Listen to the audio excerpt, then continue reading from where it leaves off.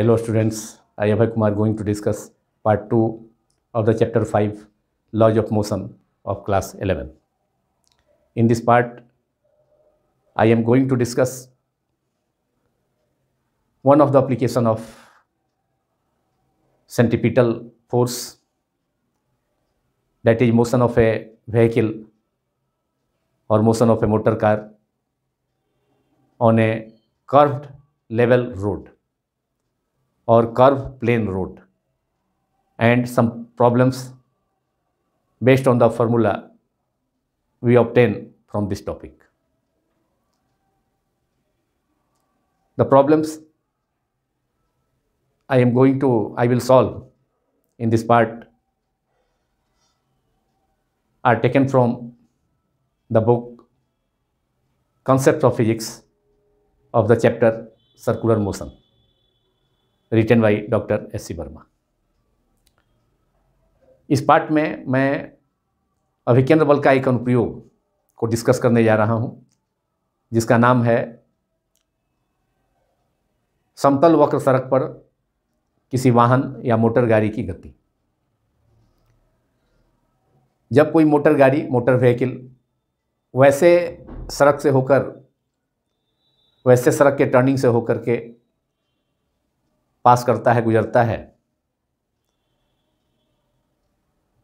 जो सड़क टर्निंग पर भी, मोड़ पर भी समतल हो, प्लेन हो, तो वैसी स्थिति में उस मोटर व्हीकल को सेंट्रीपिटल फोर्स प्रदान होता है. उस रोड, सड़क और टायर, जो व्हीकल का टायर है मोटर व्हीकल का, उसके कांटेक्ट में जो फ्रिक्शन फोर्स एक्ट करता है, घर्षण बल, वह घर्षण बल सड़क एवं टायर के बीच में क्रियाशील होने वाला घर्षण बल उस मोटर व्हीकल को जो वहाँ से निगोशिएट करता है, वहाँ से गुजरता है, कर्व्ड प्लेन रोड या कर्व्ड लेवल रोड के से होकर, तो उसे सेंट्रीपिटल फोर्स प्रोवाइड करता है रोड एवं टायर के बीच में फ्रिक्शन फोर्स द्वारा. सपोज करते हैं कि कोई मोटर व्हीकल जिसका मास m है, वह किसी कर्व रोड से, जो कि प्लेन है, समतल है, ये लेवल है, ये इनर एज और आउटर एज एकदम हॉरिजॉन्टल है, प्लेन है, कोई स्लोप नहीं है, तो वहाँ से कोई मोटर व्हीकल उस टर्निंग से होकर के निगोशिएट कर रहा है. तो इसका वेट, जो व्हीकल का वेट है, उसके सेंटर ऑफ ग्रेविटी जी से होकर के डाउनवर्ड एक्ट करेगा. क्योंकि मास जो है मोटर व्हीकल का m है, तो उसका वेट हो जाएगा W = m × g, capital M × mass of the vehicle multiplied by acceleration due to gravity. Vehicle का मास, द्रव्यमान m है और g acceleration due to gravity, गुरुत्वीय त्वरण जिसे हिंदी में कहा जाता है, स्मॉल g है, m × g वेट हो गया. और इसको बैलेंस करेगा नॉर्मल रिएक्शन किसका होगा? रोड का रिएक्शन होगा, जो कि टायर से होकर एक्ट करेगा. तो मान लिया कि ये सामने जो सामने जो फ्रंट का 2 टायर दिखलाई दे रहा है, 2 टायर, तो N1 रिएक्शन होगा इस टायर पर, लेफ्ट वाले पर, और N2 रिएक्शन होगा सड़क का राइट डायरेक्शन में जो टायर है उस पर. और दोनों का जो है N1 + M2, टोटल जो रिएक्शन होगा सेंटर ऑफ ग्रेविटी पर, जी पर एक्ट करेगा, N1 + N2 = N. तो N = mg हो जाएगा. उस सिचुएशन में, वर्टिकल इक्विलिब्रियम के केस में N = mg. उदग्र संतुलन, मोटर व्हीकल का उदग्र संतुलन की स्थिति में N = mg. टोटल रिएक्शन जो दोनों टायर जो दिखलाई दे रहा है सामने, तो N1 जो है रिएक्शन है सड़क का इस टायर पर, लेफ्ट साइड वाला टायर पर, और राइट साइड वाले टायर पर रिएक्शन रोड का, लेवल रोड का N2 है. और टोटल नॉर्मल रिएक्शन जो रोड का होगा वो व्हीकल पर, वह सेंटर ऑफ ग्रेविटी से एक्ट करेगा, सेंटर ऑफ ग्रेविटी पर एक्ट करेगा, N1 + M2 = total normal reaction N. तो मोटर व्हीकल चूँकि अगर जब टर्निंग से होकर पास करेगा, तो उसका जो बाहर का टायर होगा वह बाहर जाने का प्रयास करेगा, क्योंकि इनर्शिया जब टर्निंग पर आने के पहले, कर्व रोड पर, लेवल रोड पर आने के पहले, अगर व्हीकल स्ट्रेट रोड पर अगर पास कर रहा था, गुजर रहा था, तो उस सिचुएशन में इनर्शिया के कारण जब अचानक उसे वह मोटर व्हीकल टर्निंग पर पहुंचा, तो इनर्शिया के कारण वह स्ट्रेट पाथ को ही फॉलो करना चाहेगा, क्योंकि पहले वो स्ट्रेट पाथ पर ही मोशन कर रहा था।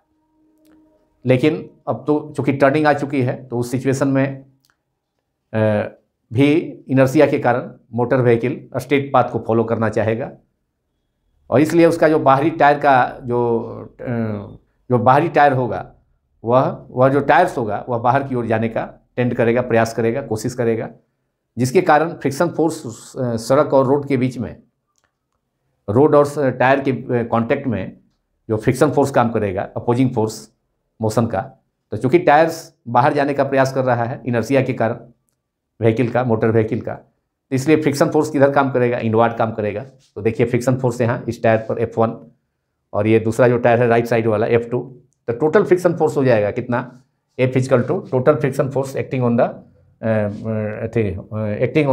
Acting between the tyres and the road is F1 plus F2, total friction force acting between total frictional force acting between the tires and the road, acting between the tires, total frictional force acting between the tires of the vehicle and the road. Road कैसा है, plane curve road है, curve road है लेकिन plane है, slope नहीं है। Tyres इसलिए जो रोड है एकदम हॉरिजेंटल है, टर्निंग पर भी रोड एकदम हॉरिजेंटल है, इनर एज और आउटर एज को लाइन ज्वाइन करने वाला लाइन एकदम हॉरिजेंटल है, एकदम स्ट्रेट है, कोई स्लोप नहीं है। अगर बैंकिंग रहता तो इनर एज को थोड़ा सा, जनरली बैंकिंग होता है टर्निंग पर, इनर एज को थोड़ा सा डिप्रेस कर दिया जाता है और आउटर एज को थोड़ा सा रेज कर दिया जाता है, जिससे कि एंगल ऑफ बैंकिंग हो जाता है। उस सिचुएशन में हॉरिजेंटल से जो रोड होगा कुछ एंगल पर होता है, जिसको एंगल ऑफ बैंकिंग कहा जाता है, और उस सिचुएशन में एकदम स्लोप हो जाएगा, मतलब आउटर एज थोड़ा सा एलिवेट हो जाएगा एज साइड से, तब जो एक्चुअल डिस्टेंस होगा वह थोड़ा सा तिरछा हो जाएगा, ऑब्लिक हो जाएगा। लेकिन यहाँ जो डिस्टेंस है प्लेन कर्व रोड है, तो यहाँ पर जो डिस्टेंस आती है, ये जो लाइन है रोड है एकदम हॉरिजेंटल होगा, एकदम straight horizontal, there is no slope. The total friction force acting between the tyres of the vehicle and the road over which the road, that is curved level road over which through which the motor vehicle is negotiating vehicle. Total friction force acting between the tires of the vehicle and the curved plain road या curved level road. Curved level means plain road, समतल है सड़क एकदम, turning पर भी level road is total friction F हो गया, F equal to F1, friction force F1 plus F2। F1 left वाला जो टायर है उसके क्रॉस, उससे रोड और लेफ्ट टायर के बीच में अंदर की तरफ, क्योंकि जो व्हील्स है वह बाहर की ओर जाने का टेंड करेगा, कोशिश करेगा इनर्शिया के कारण, और जो राइट साइड में जो ये व्हील है, तो उस व्हील और रोड के कांटेक्ट के बीच में जो फ्रिक्शन फोर्स वो F2 है।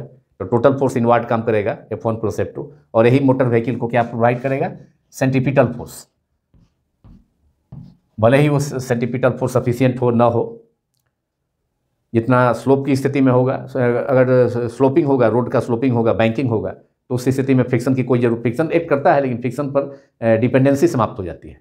लेकिन यहाँ फ्रिक्शन पर ही डिपेंडेंसी है, तो फ्रिक्शन अगर कम हुआ या रोड पर कीचड़ है, मड है, तो उसी इस सिचुएशन में भी फ्रिक्शन उतना एनफ नहीं मिल पाएगा, तो नेसेसरी सेंट्रीपिटल फोर्स उतना नहीं मिल पाएगा, जिससे कि मोटर व्हीकल को प्लेन कर्व रोड पर से होकर निगोशिएट करने के समय स्किड करने का भी खतरा होता है, मतलब टर्न हो जाने का, टर्निंग का भी खतरा होता है।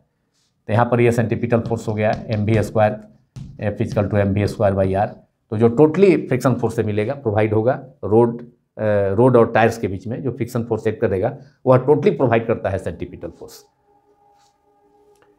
तो total friction force F equal to F1 plus F2 equal to mu, friction force होता है, प्रोपोर्शनल होता है नॉर्मल रिएक्शन के, तो म्यू इंटू N1, म्यू जो है कोफिशिएंट ऑफ फ्रिक्शन है, plus coefficient of static friction mu, and here for the another tyre friction force acting between the tyre and the road is mu N2, that is mu common हो जाएगा N1 plus N2, and n1 plus n2 is n.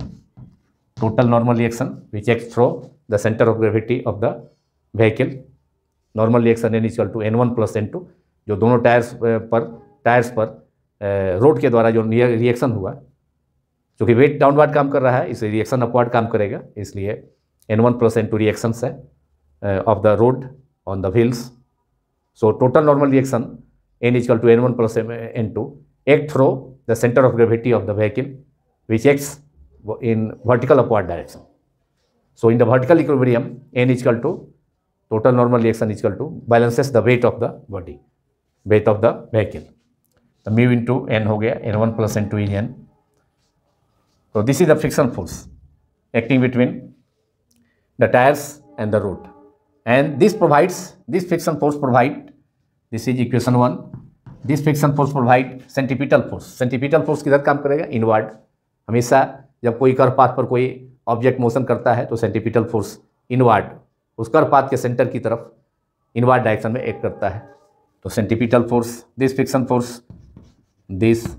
Frictional force F equal to mu N, frictional force F equal to mu N और n equal to mg for vertical equilibrium, mu equal to mg. We can write it mu n equal to mg. n upward, vertically upward, normal reaction centre of gravity से होकर के. Normal reaction road का है vertically upward, जबकि weight of the vehicle is acting vertically downward, weight उदक दिशा में नीचे की ओर, जबकि अभिलंब प्रतिक्रिया नॉर्मल रिएक्शन जो सड़क का है, सड़क द्वारा व्हीकल पर एक्ट कर रहा है टायर से होकर के, तो वह सेंटर ऑफ ग्रेविटी से होकर के काम करेगा. टोटल नॉर्मल रिएक्शन अपवर्ड, इसलिए normal reaction upward, weight downward, so there is vertical equilibrium. तो n इक्वल टू mg हो गया, तो ये टोटल फ्रिक्शन फोर्स हो गया, total friction force. And this friction force provide n equal to mg है, normal reaction balances the weight of the body. This frictional force provides necessary centripetal force. This frictional force, that is F equal to mu mg, provides centripetal force mv square by r, mv square upon R to the vehicle.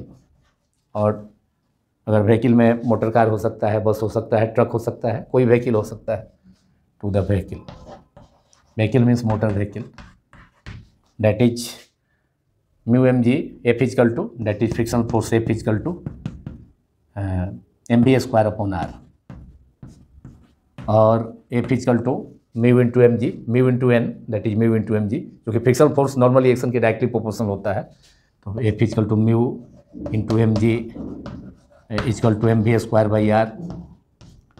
M से M cancel हो गया. M is the mass of the vehicle, vehicle का mass है, द्रव्यमान है.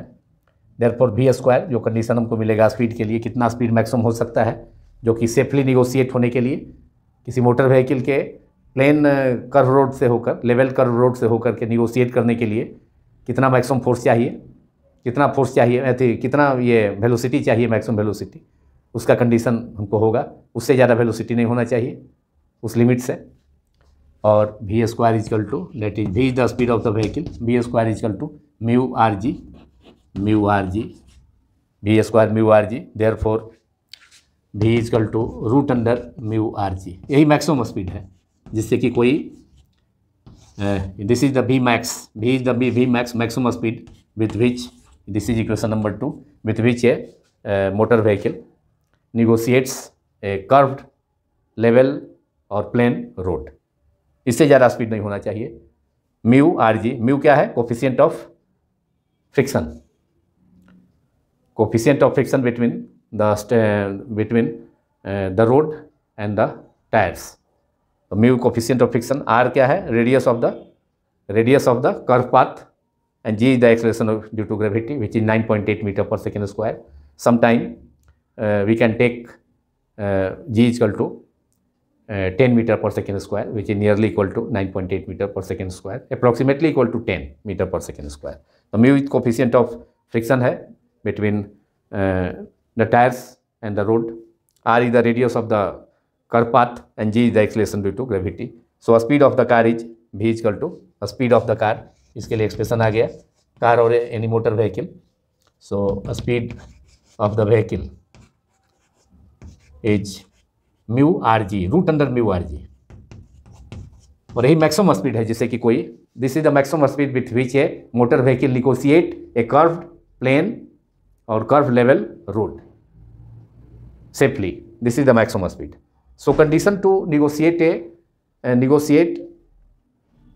The curve plane or level road safely is V is less than equal to root under mu rg, where mu is the coefficient of friction between the tires and the road. ये tyres motor vehicle का, motor गाड़ी का tyre एवं सड़क के बीच घर्षण गुणांक, coefficient of friction को हिंदी में घर्षण गुणांक कहा जाता है.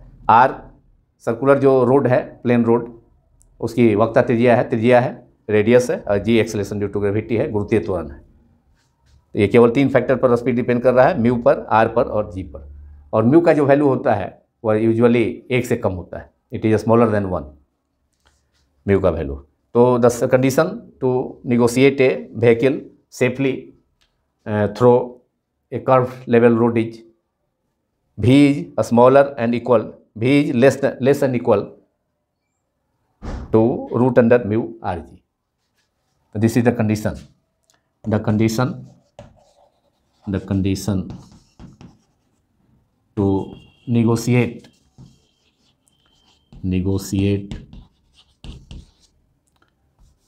a curved level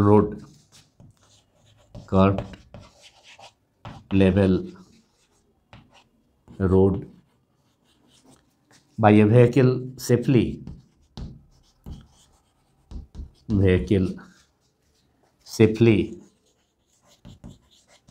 is V is less and equal root under mu R G. यही कंडीशन है जिससे कि कोई मोटर व्हीकल किसी प्लेन कर्व रोड से होकर, किसी समतल वक्र सड़क से होकर सेफली पास कर सकता है, बिना स्किड किए हुए, बिना पलटे हुए, बिना ग्राउंड को छोड़े हुए. तो वह स्पीड होगा इस मैक्सिमम स्पीड के या तो इक्वल हो root under mu R G के, और नहीं तो इससे स्मॉलर हो. इससे जहाँ अधिक हुआ, इस स्पीड से जहाँ स्पीड ज़्यादा हुआ उस मोटर गाड़ी का, जो कि वक्र समतल सड़क से होकर, कर्व प्लेन रोड से होकर के गुजर रही है, तो उस सिचुएशन में अगर स्पीड ज़्यादा हो गया उसका इस स्पीड से, तो वह मोटर गाड़ी, वह मोटर व्हीकल स्किड कर सकती है, पलट सकती है. तो इसी के साथ ये टॉपिक, जो कि एप्लीकेशन था सेंट्रीपिटल फोर्स का, फर्स्ट एप्लीकेशन. सेकेंड एप्लीकेशन अगले पार्ट 3 में होगा. तो ये एप्लीकेशन के लिए मैंने स्पीड कितना होगा मैक्सिमम मोटर गाड़ी का, जिससे कि वह सेफली कर्व प्लेन रोड से होकर या कर्व लेवल रोड से होकर के सुरक्षित गुजर जाए, सेफली निगोशिएट कर जाए. तो उसके लिए स्पीड का लिए एक्सप्रेशन हमने ऑब्टेन किया, V equal to root under mu R G. और कंडीशन भी ऑब्टेन किया जिससे कि सेफली कंडीशन क्या होगा कि स्पीड का जो वैल्यू होगा smaller and equal to root under mu R G, that is this maximum speed. इससे स्पीड कम ही होना चाहिए मोटर व्हीकल का, या ज़्यादा से ज़्यादा इक्वल होना चाहिए. इससे ज़्यादा तो कतई नहीं होना चाहिए. तब कोई मोटर व्हीकल सेफली सुरक्षित किसी प्लेन समतल वक्र सड़क प्लेन कर्व रोड से सेफली निगोशिएट कर सकता है. तो उसके लिए स्पीड भी smaller and equal to root under mu R ji.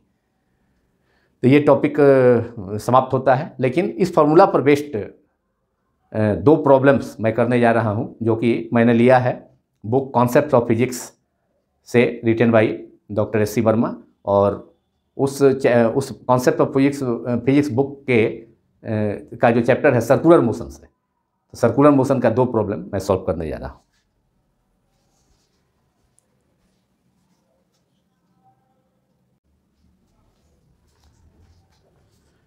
Now solutions to concepts of physics written by Dr. S. C. Verma.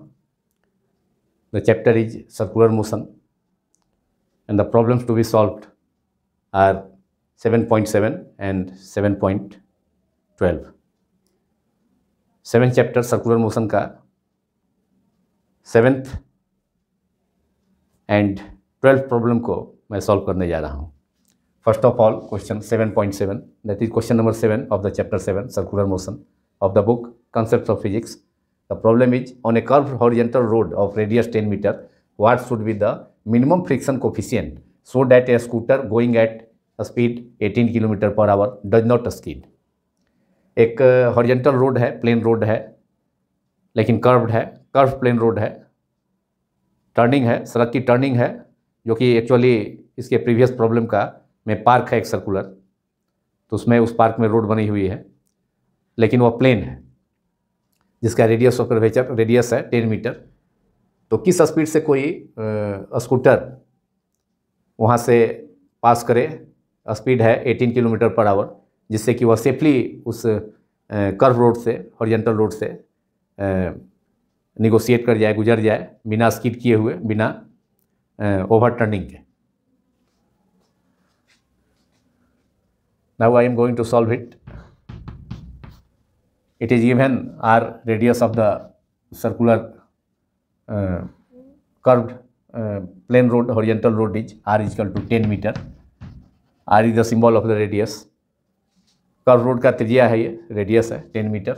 Coefficient of minimum coefficient पूछता है, वो कोफिशिएंट ऑफ फ्रिक्शन म्यू को का वैल्यू पूछ रहा है। Mu means mu minimum, minimum value of mu means mu minimum value of coefficient of friction, घर्षण गुणांक का न्यूनतम मान mu is equal to mu min, और ये मालूम करना है।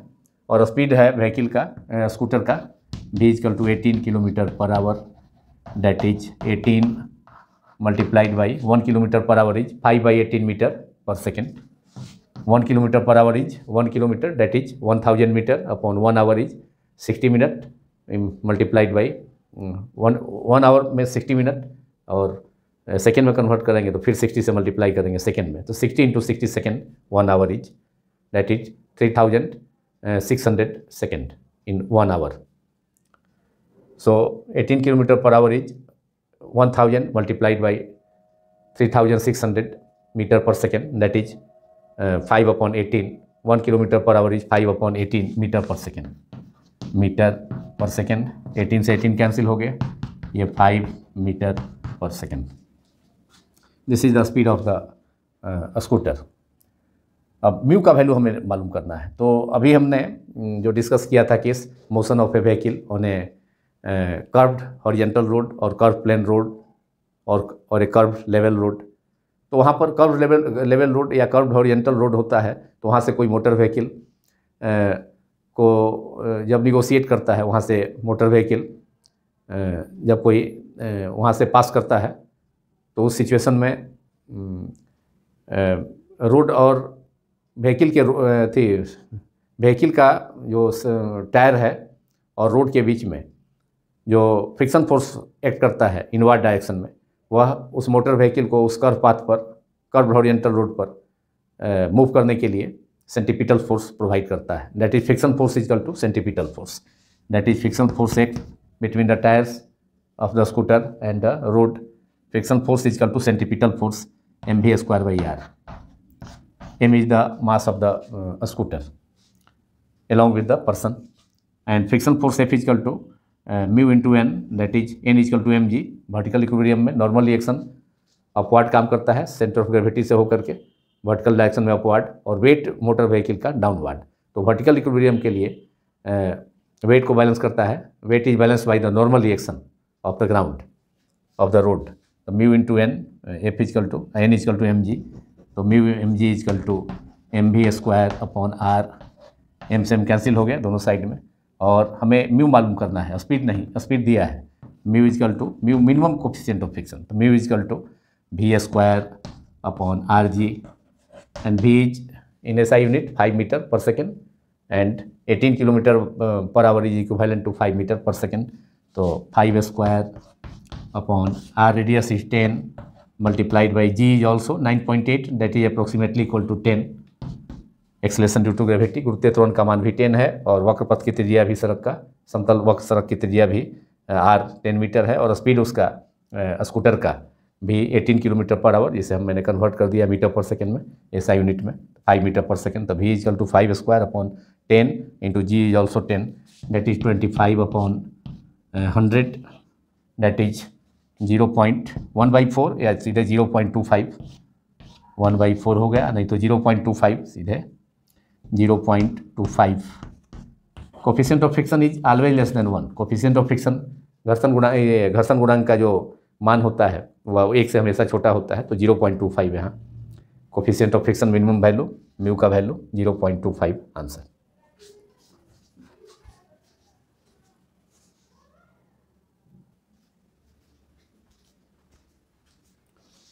Now problem number 12, that is 7.12. The problem is a mosquito is sitting on an LP record disk, recording करने वाला डिस्क है, rotating on a turntable, जो टर्न टेबल पर रोटेट हो रहा है, घूम रहा है LP record disc at 33 1/3 revolutions per minute. The distance of the mosquito from the centre of the turn table is 10 centimetre. Mosquito का डिस्टेंस उस टर्न टेबल जो कि रोटेट कर रहा है 33 1/3 रिवॉल्यूशन पर मिनट, तो उसके सेंटर से 10 सेंटीमीटर पर मॉस्किटो बैठा हुआ है। सो that the friction coefficient between the record and the mosquito. अब उस रिकॉर्ड डिस्क और मॉस्किटो जिस पर कि बैठा हुआ है रिकॉर्ड डिस्क पर मॉस्किटो, तो उस रिकॉर्ड डिस्क और मॉस्किटो के बीच फ्रिक्शन फोर्स एक्ट करेगा और वह फ्रिक्शन फोर्स प्रोवाइड करेगा सेंट्रीपिटल फोर्स। चूँकि रिकॉर्ड डिस्क जो है LP रिकॉर्ड डिस्क वो प्लेन है और उस प्लेन सरफेस पर मॉस्किटो बैठा है और रोटेशन होगा रिवॉल्यूशन के लिए नेसेसरी। जब सर्कुलर मोशन में जब कोई चीज़ ऑब्जेक्ट सर्कुलर मोशन में होती है तो उस पर सेंट्रीपिटल फोर्स एक्ट करता है, तो वह सेंट्रीपिटल फोर्स कहाँ से मिलेगा? फ्रिक्शन फोर्स से, मॉस्किटो और टर्न टेबल के बीच में। तो so that the friction coefficient between the record and the mosquito is greater than π² and take the value of g small g 10 meter per second square. Now I am going to solve it.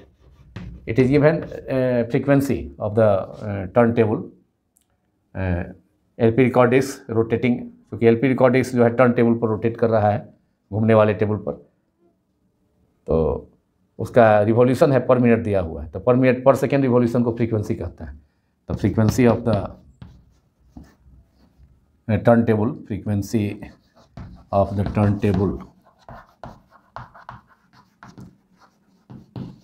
n equal to symbol frequency का n होता है 33 1/3 revolutions per minute है, पर minute, और ये हो जाएगा 33 multiplied by 99 plus 1 3 revolutions per second कर देते हैं। पर सेकेंड रिवॉल्यूशन जो होता है उसको फ्रीक्वेंसी कहा जाता है। तो यहाँ रिवॉल्यूशन पर मिनट है, तो पर मिनट का मतलब है नीचे में ये मल्टीप्लाई करेंगे, multiplied by 60 revolutions per second, और ये कैंसिल हो गया, जीरो कैंसिल हो गया। अब 5 हो जाएगा ऊपर में और यहाँ 3 हो जाएगा, 6 2 से कैंसिल हो गया 3 और 2 से 10 कैंसिल होकर 5, that is 5/9 5/9 revolution per second, 5/9 revolutions per second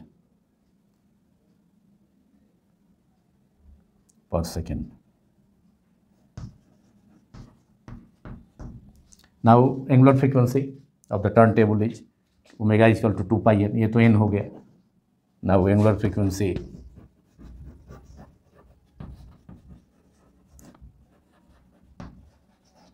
of the turntable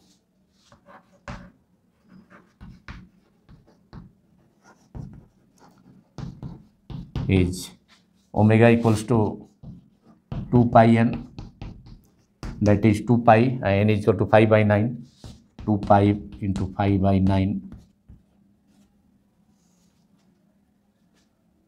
that is 2π into 5/9, that is 10π/9, 10π/9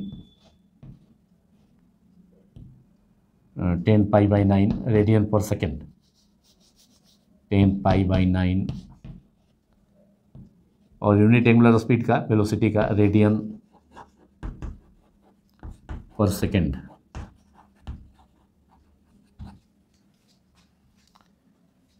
now condition for rotation is friction force F should be greater than or equal to centripetal force mv²/r और F equals to mu into n, that is mu mg. M is the mass of the mosquito. N balances, normal reaction balances the weight of the mosquito. Normal reaction of the record disc or turning table. Normal reaction of the record disc which is rotating on a turning table balances the weight of the mosquito. Therefore, friction force acting between the record disc acting with and mosquito is mu into n, that is mu into mg. N balances the weight, normal reaction of the record disc balances the weight of the mosquito, should be greater than or equal to mv²/r, which is the centripetal force. m से m cancel हो गया और mu is greater than or equal to v²/rg and v is equal to r omega, r square omega square.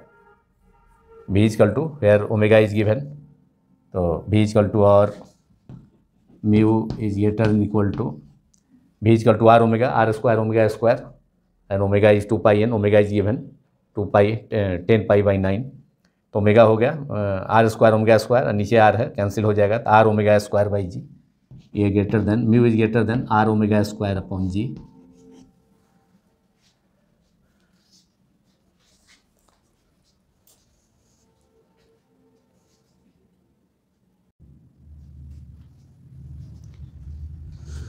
Now mu is greater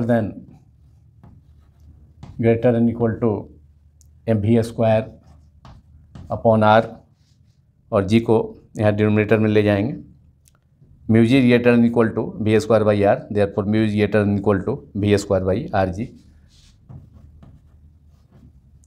and v इज r omega square by g, that is, और mu is greater than equal to v is equal to r omega, therefore r square omega square upon r से एक r cancel हो जाएगा numerator में, that is r omega square by g, और mu is greater than equal to r is 10 cm. Distance of the mosquito from the centre of the turn table is 10 centimetre, that is 0.1 metre. r is 10 centimetre जो कि 0.1 metre, and g 10 metre per second square, take g is equal to 10 metre per second square, problem में दिया है, and omega is 10π/9 radian per second. We have obtained using the formula omega is equal to 2 pi times the frequency. Omega is equal to 2 pi n frequency है जो कि दिया था, और angular speed velocity उस फ्रीक्वेंसी में 2 pi से multiply करने पर ऑब्टेन हुआ 10π/9 radian per second, which is the angular velocity और एंगुलर फ्रीक्वेंसी. तो एंगुलर वेलोसिटी ओमेगा हो गया 10π angular velocity 10π/9 radian per second. तो आर जो है 10 सेंटीमीटर है, प्रॉब्लम में दिया हुआ है कि टर्न टेबल के सेंटर से मॉस्किटो कितने डिस्टेंस पर है, 10 सेंटीमीटर. तो 10 centimetre means 10/100 metre, that is 0.1 metre, and omega is 10π/9, तो 10π/9 स्क्वायर अपॉन जी है, तो यहाँ अपॉन जी का वैल्यू भी 10 कर देते हैं. यहाँ आर दिया था, आर जो है डिस्टेंस है, distance of the mosquito from the centre of the turn table over which record disc is rotating. तो r is 10 cm, that is 10/100 meter, that is 0.1 meter, और mu is greater than equal to 0.1/100/10, that is 1/100. यहाँ 10 से नीचे multiply हो जाएगा denominator में, 1/100 multiplied by 10 square is 100 also, pi square upon 9 square is 81, 100 से 100 cancel हो गया, therefore we get the result coefficient of friction is greater than pi square by 18 show करना था, जो कि हमें मालूम भी हो रहा है। It is therefore we have mu is greater than or equal to coefficient of friction between the mosquito and the record disc over which mosquito is sitting is greater than pi square upon 81। ये show करना था और हमें obtain भी हुआ result, ये result obtain भी हो गया। Therefore mu coefficient of friction greater than equal to pi square upon 81, that is mu is greater than, हमें ग्रेटर देन कंडीशन ऑब्टेन करना था, तो mu is greater than equal है, तो mu is greater than pi square upon 18 ये show करना था, proved हो गया, प्रूव्ड। और इसी के साथ ये पार्ट समाप्त होता है। अब अगले पार्ट में